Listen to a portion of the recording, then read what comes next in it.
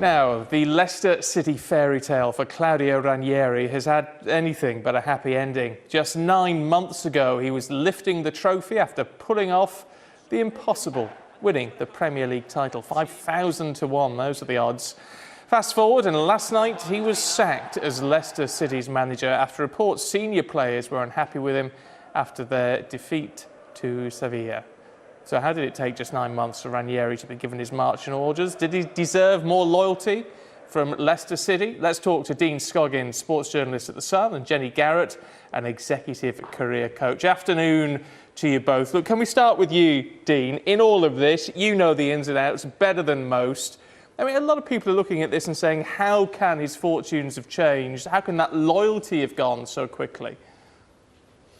I think it pretty much sums up the modern game, really, and modern football as we see it, is that there is very little loyalty in the game anymore from players, from a lot of fans as well, towards players and coaches and managers. And Claudio Ranieri's become a victim of this. And, you know, it was an absolute fairy tale last year. It was wonderful to see. The greatest story in the Premier League era, if not ever in the top flight in English football. And it's come to a very sad end. Unfortunately, the owners will be deemed to have been correct in sacking them if they stay in the Premier League this year. And that is currently the sad state and the sorry state of football, but that is football as it is these days. Yeah, so the sorry state of football, Jenny, what does it leave us in terms of a wider view of how we handle people and handle people at the top of their professions? Because this certainly gives a message, and we've seen it for decades, of course, in football, that no matter how good you are, no matter how much of a hero you are, you make a couple of mistakes, you're out. Yeah, I think football is unique, really. I think it's high risk, high reward. And when you get to the top of your game, it's very public in terms of what you're doing. And I think everyone needs to be seen to be making the right decisions. However, I think in wider organisations, in corporate organisations, I think we must allow mistakes. I think that if we don't allow mistakes, we can't learn. And also we can't have creativity. And I, as a career coach, have seen many executives really get to the point of burnout and paralysis because of worrying about making mistakes and the scrutiny that they're under. What do you mean about paralysis? You're saying people are so scared to make mistakes that they're second judging everything? Absolutely, covering their tracks, second guessing themselves, and as a result being paralysed and not being able to make decisions at all which move their organisations forward.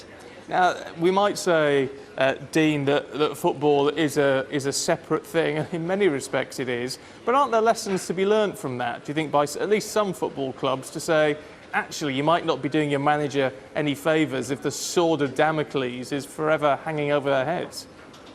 Yeah, absolutely, and I think it's a very, very good point that's just been made there. And I think last season was an example of that in the Premier League, in that there was no pressure on Leicester and Claudio Ranieri last year, none whatsoever, even when they got to the top of the table, and they were free, and they played with that freedom and that expression, and it showed out that they became champions. But then, when it turns and then they've achieved that, then to follow that this year was always going to be extremely difficult. And we often get accused in the media and football journalists of playing down things and being the doom-mongers and that we are. But I think a lot of people predicted at the end of last season that it was going to be extremely difficult for Leicester's players, managers, fans to live up to everything that happened the year before.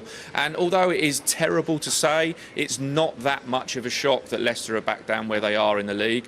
And it's not that much of a shock that a football club has made the decision to remove their manager, considering they're just hovering above the relegation zone. We can never take away what they did last year, the praise, the adulation that went with Ranieri and everything that Leicester did. It was wonderful, and we'll never be able to take that away, and nor should we. They deserve every bit of praise they got last year, but the owners have to look at where their football club will be next season, with all the money that comes with it, all the sponsorship, the TV deals. And as I say, if they stay up in the Premier League this year, they've made the right decision. Because I personally believe that if Ranieri had stayed, they would go down. They haven't scored a goal this season, this calendar year in the Premier League. They haven't scored a goal. And so, you know, that something needed to change, and the owners have made that very, very brave decision to do it. And we'll wait and see if it was the right one. How does this play out in the wider scope with a company, if you view Leicester City in that view, Jenny. I mean, in the sense that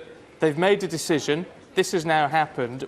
From what we understand, senior players very unhappy with Ranieri, but we know from talking to people this morning, the public, the fans, the people who actually give the support to this organisation still think of Ranieri as, you know, a hero, a king, if you like, in Leicester. Is that division likely to cause some problems for Leicester City? I think when we lose a leader and someone who's made something so wonderful happen, we go through a period of loss. And I think that how the fans react could be in many different ways, whether it's sadness, whether it's anger, whether it's voting with their feet in some way. There's going to be a reaction, and I think the club has to accept that. I also think, though, that actually, if the senior players are pleased, there's something good about an organisation that is willing to performance manage, as we would talk about in organisational terms, their staff, to say, actually, you're not doing what we need you to do, and we're going to hold you accountable for that, and that might mean consequences. Because actually another thing I see in organisations is leaders unwilling to make those tough decisions, and it demotivating and demoralising everyone. So if it was the right decision, it could be something very good for the players. A bit of a danger, though, Dean, isn't it? I mean, if Leicester's fortunes don't change, the players are going to be very, very unpopular with the fans.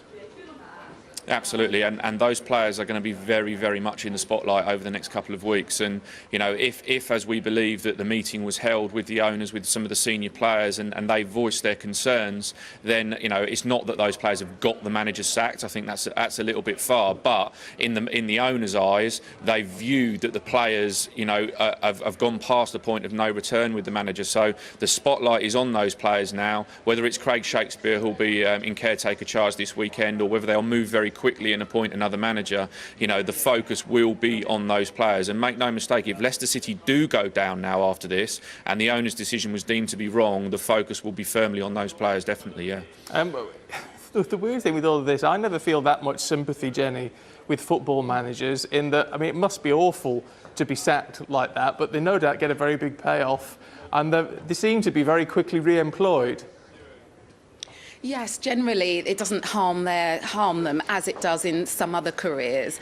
I think the problem with all of this is short-term thinking, and to make change happen, to keep a team up or to grow an organisation, it isn't really something you do today that impacts tomorrow. Sometimes it takes 1, 2, 3 years for what you've done to really impact. And I think that the problem with football is it's very short-term thinking. What's happening now, they're not thinking about what he's been doing behind the scenes to make things continue for the future. So I think there's a bit of a danger there. Yeah, I guess in some respects that short-term thinking is the one godsend, Dean. If Leicester if they stay up, then fans are going to be all forgiving, aren't they? I mean, that's just the nature of the game. Yeah, absolutely, and I think part of that goes back to what I said about the fact that you can't take that away from Claudio Ranieri from last season. You can't take away that from Leicester City, what they did last year. When we look back on this in years to come, we won't remember Claudio Ranieri sacked by Leicester in the February of the second year. We remember Claudio Ranieri Premier League winner, and yeah, the club and the board and the owners have made a very, very brave call. And as I said, it'll only be seen in the next few weeks if it's the right one. Who's your money on for next in the job? Because it's particularly tough, isn't it? Because it's it might be the case of trying to bring the champions back up, but if you look at Leicester's long-term history, long-term record, it may be a little bit of a poisoned chalice. Yeah, absolutely. I mean, I wouldn't want to follow Claudio Ranieri, that's for sure. But there will be a queue of managers waiting to take the job, because the group of players are there. Let's not forget that. Other than them losing N'Golo Kante, who went to Chelsea and now looks like he'll win the Premier League again this year, the rest of the players are those who won the Premier League. So a manager will be licking his lips and thinking, if I get them playing for 3 or 4 games, we're talking about a Premier League season that is a long way into it, and where they are in the league, just hovering above the relegation zone. If they win 3 or 4 games, they'll be safe. So a manager's looking at that, thinking if I can get Jamie Vardy performing again, if I can get Riyad Mahrez 70% of what he was last season, then we'll stay up, and then that manager will be the hero to the fans. He's kept them in the Premier League, and then they move on again. So that is the fickle and quick turnaround nature of football, unfortunately. Jenny, I'm guessing you don't actually career coach football managers. No, unfortunately I not. was going to say, I bet you're glad you don't. Yeah, I think there'd be a high turnover, high pressure, and I can't imagine what those coaching sessions would be like. Maybe many expletives, but I do think that actually there's always an opportunity. And thinking about your career, sometimes we think we can't fill someone else's shoes, but actually someone could go into this role and make it their own. So exactly as Dean said, I think it's a fantastic opportunity to go in and do something different and build on the success that has been there before. Well, braver man than me. Jenny, Dean, good to see you both this morning. Thanks very much indeed. Thank you. Your thoughts on that, of Thank course, you. very welcome. I bet there's some passionate views out there at Sky Stephen, news@sky.com if you want to email us this afternoon.